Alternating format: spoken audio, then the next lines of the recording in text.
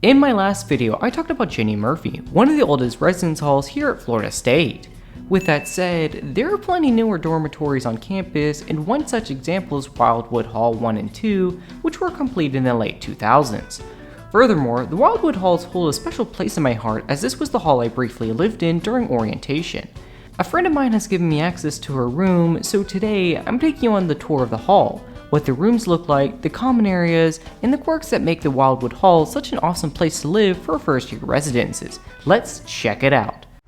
Established in 2007, Wildwood Halls 1 and 2 are among the newest halls at Florida State. In fact, only 5 halls are newer, including nearby Traditions Hall, completed in 2012, and Azalea and Magnolia Halls, which opened a decade after Wildwood. With that said, the Wildwood Halls contain the same room setup as many other resident halls on campus. The vast majority of rooms in Wildwood Hall are suite doubles with 94%. 5% of rooms are doubles with a private bathroom, with the remaining 1% being single rooms. This means if you're placed in Wildwood, you're almost guaranteed to live with a single roommate, which is different from other dormitories where you have a chance to be with 2 or even 3 roommates. Additionally, the rooms in Wildwood Hall are going to be bigger than other halls I've compared on the channel. And Wildwood rooms are on average around 230 to 250 square feet, which is bigger than rooms in Ginny or Landis. But speaking of the rooms, what does one look like? Well, thanks to my friend and her roommate, I'm able to see what one looks like. This particular room is around 240 square feet, and at first looks pretty cozy. Each roommate has a simple wooden drawer, which is going to be around 15 by 27 inches. A wooden desk is also provided, but unlike the desk in Ginny Murphy, you can actually split up the side drawers, which I find is a nice feature. Regardless, the side drawers measure 31 by 22 inches, which is a decent size. You can put a lock on the drawer too, and this is where my friend locks up some of her more valuable items. Moving along, each roommate will get their own closet, which is about the same size as the closets found in other dorms. The closet is about 15 by 34 inches, so there's plenty of space to hang up clothes or have a laundry basket. Lastly, each person receives their own bed, and as you can tell from my friend, you definitely can spice up the place by adding some plush friends. But anyways, you and your roommate will also need to share some things. The mini fridge is just one example, and it looks like the same exact fridge found in Ginny Murphy, meaning there is ample space to refrigerate food. Shout out to AppSoCold for sponsoring the mini fridges. On one of the far ends of the room, there's a plain sink with storage underneath. This is where my friend and her roommate keeps most of their toiletries.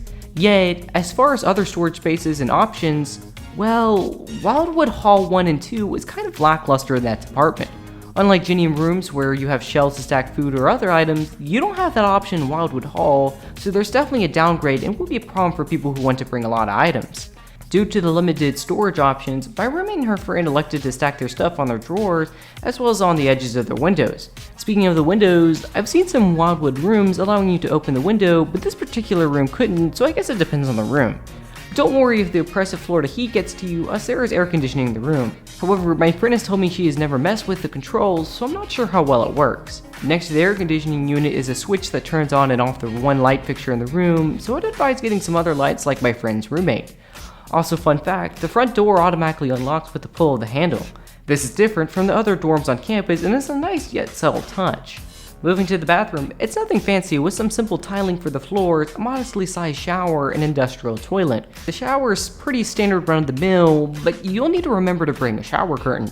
And that's basically it for the room. Overall, it's a simple designed room, and Wildwood offers some of the larger sized rooms for first year residents. With that said, it lacks adequate storage space seen in other residence halls. But what else do the Wildwood Halls offer? A surprisingly large amount. Now before we begin, since there are 2 different Wildwood Halls, I'll make sure to include text to indicate which Wildwood Hall I'm in. Furthermore, both the halls offer the same amenities and are very similar to one another besides the layout. So starting off on the first floor, each Wildwood Hall has a lobby, although it really isn't much. There are a few seats in the front desk, but other halls such as Brian and Ginny have nicer lobbies. Fairness to the Wildwood lobbies, I do like the wooden paneling as it has a nice elevated touch. Found near both lobbies are some bathrooms and a drinking fountain. The first floor is also where you'll find many of the public spaces such as the laundry room. The laundry room is pretty spacious and contains many washing machines and dryers. Just make sure to pay for your laundry with your FSU ID card on the tablets. Near the laundry room are some vending machines and an ice machine. One room unique to the Wildwood Halls is the recreation room, a room that contains a simple billiard table as well as a pool table. Another room that I found interesting in Wildwood is the so-called TV room. Hence the name, it's a room with a generously sized TV where you can hook up a console or watch some TV on it.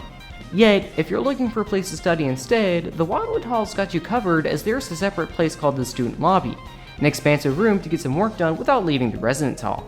If you're too lazy to leave your own floor, the Wildwood Halls still got you covered as each floor has a simple study room. The study rooms contain a simple whiteboard and some furniture, which will serve as a great place to get some final studying in before a big test. If you want to cook instead, each floor has a kitchen that contains a stove and oven as well as a table and chairs to grub down. To throw away rubbish, all of the 5 floors have a place to throw away your trash and recyclables. In order to shuttle people around the floors, each Wildwood Hall offers 3 different staircases and 2 elevators, which is nice considering that about 350 people live in each building. But what if you want to leave the Wildwood Halls? What is nearby? Well, if you feel like working out, the Leach Gym is just about 2 minutes away. This is really nice as the Leach Gym is the largest and main recreational place on campus. A quick minute walk away is the School Student Life Center, or ASLC for short. This building acts as a sort of second student union on campus as it contains a movie theater, plenty of different consoles and video games, ignore me dying in Cuphead, as well as a computer lab and places to paint a pot. This is definitely a great social place to hang out with friends, whether you want to relax or study.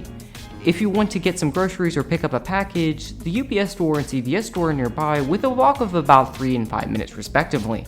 A little further down Jefferson Street and you'll arrive at 1851, a place I would argue is the best spot on campus. Not only does it deliver great cozy and warm vibes, but also contains the best restaurant here on campus, Joe Mama's. Yes, I said that right, Joe Mama's. It's a tasty pizza place and anytime someone visits me, I always take them there. Yet, like all the other dorms on campus, there are some drawbacks. To get to the heart of campus, Landis Green, you're looking at a 10-minute walk, which isn't horrible, but isn't going to be fun when the sweltering Florida heat and humidity reach campus.